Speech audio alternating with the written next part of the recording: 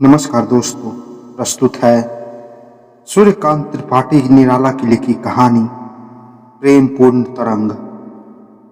बाबू प्रेम पूर्ण मेरे अभिन्न हृदय मित्र हैं। मेरे बीए क्लास के छात्रों में आप भी सबसे व्यस्त हैं। आपकी बुद्धि की नाम तौल इस वाक्य से पाठक स्वयं कर ले कि जब मैं कॉलेज में भर्ती हुआ तभी से आप कॉलेज की तो चौथे साल की पढ़ाई रट रहे होंगे। गोया मेरे देखते देखते बीए की परीक्षा में 3 बार फेल हो चुके, किंतु फिर भी आप प्रतिभा से प्रवंचित नहीं। यदि किसी को उनकी प्रखरत की परीक्षा लेना हो तो उसे वाद विवाद और चाहे वितवांडवाद करके देख ले। उनके वाग्नवानों के व्यर्थ समाधान से प्रोफेसरों के भी हाथ से पुस्तक छूट पड़ती है। मरे भय के या मारे क्रोध के, यह बतावे तो वही बता सकते हैं। प्रेम पूर्ण को ऐसे और भी अनेक गुणों से आप पूर्ण पाइएगा। इन्हीं कारणों से हम लोगों ने आप ही के सिर पर लीडरी का सेहरा बांध दिया है। किसी भी पराक्रमी तर्क शिरोमणि की क्या मजाल जो हमारे प्रेम पूर्ण जैसे वाक्य सिद्ध धुरंधर विद्या के लर्णवान के रहते छात्रालय के सरस्वती सपूतों को नीचा दिखावे। अगर कोई बुरी लत उनमें है तो वह है रोमांस की तलाश। जब देखिए आप रोमांस के ही रहे हैं। फेल होने का यह भी एक मुख्य कारण है। हिना रोमांटिक नावल की कुछ पंक्तियों की आवृत्ति किए रात को अपनी आंखें नहीं लगती। संक्षेप में आप कई विचित्र भावों के आधार नहीं पूर्णाधार है। सबसे उल्लेखनीय कौतुक तो यह है कि प्राचीन काल के नामों की तरह ज्योतिर्विदों ने आपका नाम गुणानुसार की रखा है। बिहारी सतसई के हर दोहे को अपने छात्र जीवन में ही सार्थक की चरम सीमा तक पहुंचा दिया है। कदाचित आप हिंदी लिखना जानते होते तो बिहारी सतसई तथा अपर श्रृंगारी कवियों की कृति पर सजीवल भाष्य लिखा देते। फिर तो आपकी अनुदार मूर्ति से हिंदी साहित्य की पिंड छुड़ाने के लिए लोग हिंदी साहित्य सम्मेलन के सभापति के आसन पर आपको प्रतिष्ठित करके सविनय कहते ही खुलकर न सही पर मन ही मन सही कि हे प्रभु, आप दूरम परसर साहित्य का सत्यानाश खूब किया। आपने बस अब कृपा कीजिए।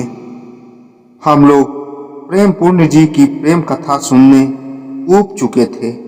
बंकिम बाबू ने अपने उपन्यासों में किसी नायक को एक से अधिक नायिका ही नहीं दी। हाँ, कहीं कहीं अशुद्ध को विशुद्ध या विशुद्ध को अशुद्ध करने के विचार से उन्हें एक नायिका के दो नायकों के प्रेम के कटीले मार्ग पर चलाया। एक नायिका के पीछे दो नायकों को भी भिराया है। हम इसकी कसम खाते हैं।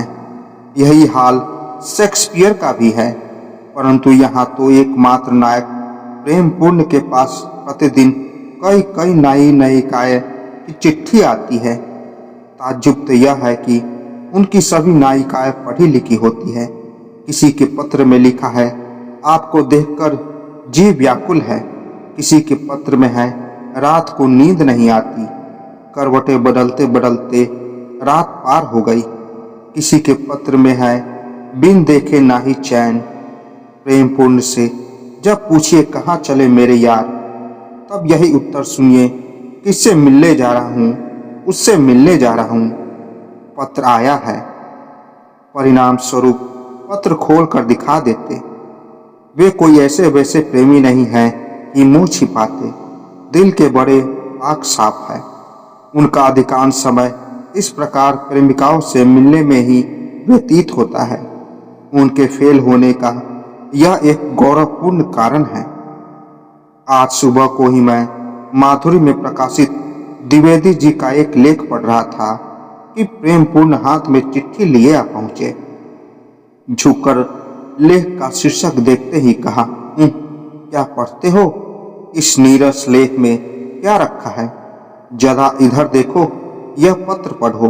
तो वह सरस शैली की है कि पढ़ते ही मुग्ध हो जाओगे। फौरन मेरी समझ में आ गया कि वह वही नित्य की क्रिया है। मैंने झुंझला कर कहा, जब तक मैं इस लेख को समाप्त नहीं कर लूंगा तब तक तुम्हारी चिट्ठी नहीं पढ़ सकता।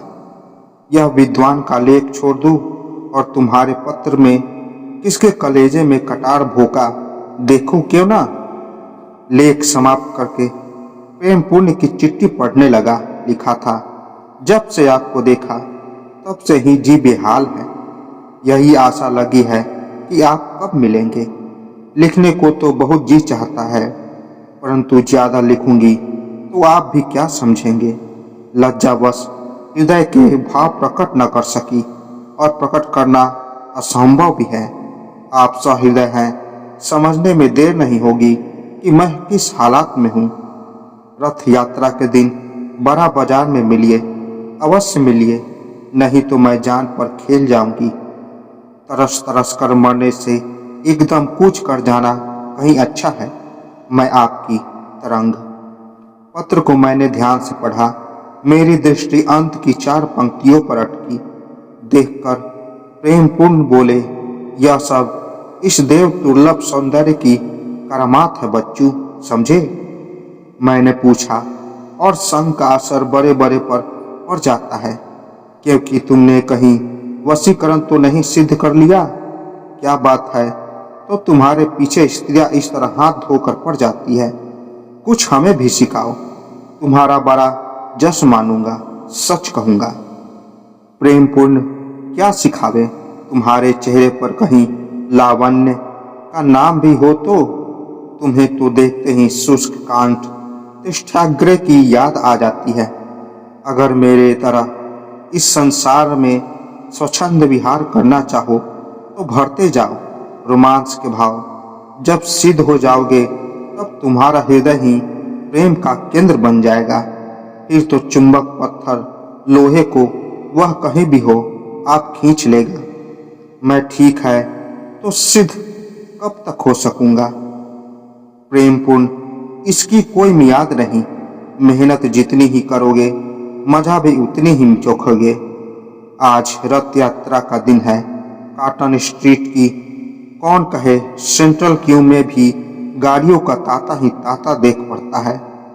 फुटपाथ न होते तो आदमियों का चलना मुश्किल था।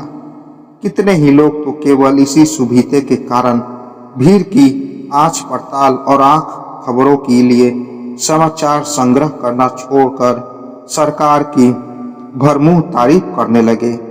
अनेक को यह कहते सुना, सरकार दयालु दानी देता है, दया से दान। इस उच्छ्वासीमयी कविता सुनने की किसी समालोचक महोदय से न रहा गया। वे बोल उठे, सरकार की जगह यदि सरकर होता तो छंद शुद्ध उतरा सरकार शब्द कानों को कोचता है। इधर प्रेमपूर्ण का और ही हाल था। पास तो उनके छद्दाम न था, लेकिन रूप धाप देखिए तो लखपति की भी शान को मात करते थे। वह ट्रैक कल फैशनेबल बालों की बहार, वह इलाहाबादी सिर पर लखनवी ठाठ बाट से बनारसी टोपी, आधुनिक सभ्यता के अदब से वह बैसाखी मुस्कुराहट, नुकीली नाक पर वह चश्मा, हरे हरे हाथ में रिस्ट वॉच, पैरों में दिल्ली का कामदार जोड़ा, कहाँ तक लिखे। गोया आपके चेहरे पर प्राच्य और पाश्चात्य भाव एक दूसरे से सप्रेम आलिंगन कर रहे थे। पीछे चोटी और आगे इंग्लिश फैशन, उधर कानों के दोनों बगल के बाल नदारत और उधर मूछे हवा में हिलेरे ले रही थी। बेचारे ने तमाम मेला छान डाला और कहीं कोई नहीं। किसी की मोटर निकलती बग्घी आती तो आपके प्रेम पिपासु नेत्र स्वागत के लिए बढ़ जाते। किसी महिला की मोटर किले के मैदान की ओर जाती तो आपकी मुरझाई हुई आशा की कली पर वसंती मलय का एक माधुर्य झोंका सा लग जाता। हृदय में ध्वनि गूंज उठती, वह आई। उच्छ्वास का झोंका खाकर खिला हुआ प्रेम कुसुम प्रेमिका की सेवा में स्वीकृत होने के लिए जाता। परंतु बदले में मिलती थी घृणा, तिरस्कार और प्रत्याख्यान। इस तरह बेअदबी का नतीजा हाथों हाथ मिल जाता था। परंतु आदत तो बुरी बला होती है। दूसरे आशा इतने सहज ही क्यों छूटने लगी? एक न हुई तो दूसरी अवश्य होगी। बस इसी विश्वास से एक दूसरी मोटर पर नजर डालते, वहां से भी चोट खाकर वापस आना पड़ता। यदि कली महाराज समय के सम्राट न होते तो उस दिन आप जैसी मूसलधार अग्नि वर्षा हुई, उसे देखकर तो यही अनुमान होता कि आप भस्म हुए बिना हरगिज न बचते। आपके बाप दादों के बड़े भाग्य थे जो सही सलामत घर पहुंच गए। घर पहुंचते ही प्रेमपूर्ण समझसे सारी विपत्तियों का बयान करने लगे। इतने में डाकिया चिट्ठी लेकर आया। एक पत्र प्रेमपूर्ण का भी था। लिफाफे के हस्ताक्षरों पर नजर पड़ते ही उनके चेहरे पर दूनी रोशनी आ गई। मैंने पूछा, क्यों भाई, क्या है जो मन ही मन खुश हो रहे हो? वे वही रोमांस की हंसी हंसकर बोले, उसी का पत्र है। क्या लिखा है सुनो। हमारे प्यारे, मेरे भाग्य ही खोटे थे जो रथ यात्रा के दिन मैं आपसे नहीं मिल सकी। क्षमा कीजिएगा। आपकी सेवा में मैंने जो पत्र भेजा था उसमें यह लिखना भूल गई थी कि अमुक स्थान पर आपसे मिलूंगी। यह मुझे तब मालूम हुआ जब मैंने आपके पत्र की दूसरी कॉपी देखी जो मेरे पास ही थी। अब आप मुझसे अल्फ्रेड थिएटर में फर्स्ट क्लास में कल अवश्य मिलिए। आप ही की तरंग। सोमवार, आषाढ़ सुधी तीज, 1979, 29 लीडर लेन, कलकत्ता। शाम हो गई थी। प्रेमपूर्ण बातचीत करना भूल गए। मुझसे कहा, अब देर नहीं करनी चाहिए। आज पत्नी प्रताप का खेल होगा। बड़ी भीड़ होती है। जल्दी न जाएंगे तो टिकट मिल सकता है। आज भेंट अवश्य हो जाएगी, क्यों ना? इन इतने प्रश्नों का एक ही उत्तर था। सो मैंने न में हाँ मिलाकर बेमेल का मेल पूरा कर दिया। रात के 2 बज चुके हैं। दरवाजे की खटखटाहट से मेरी नींद उचट गई।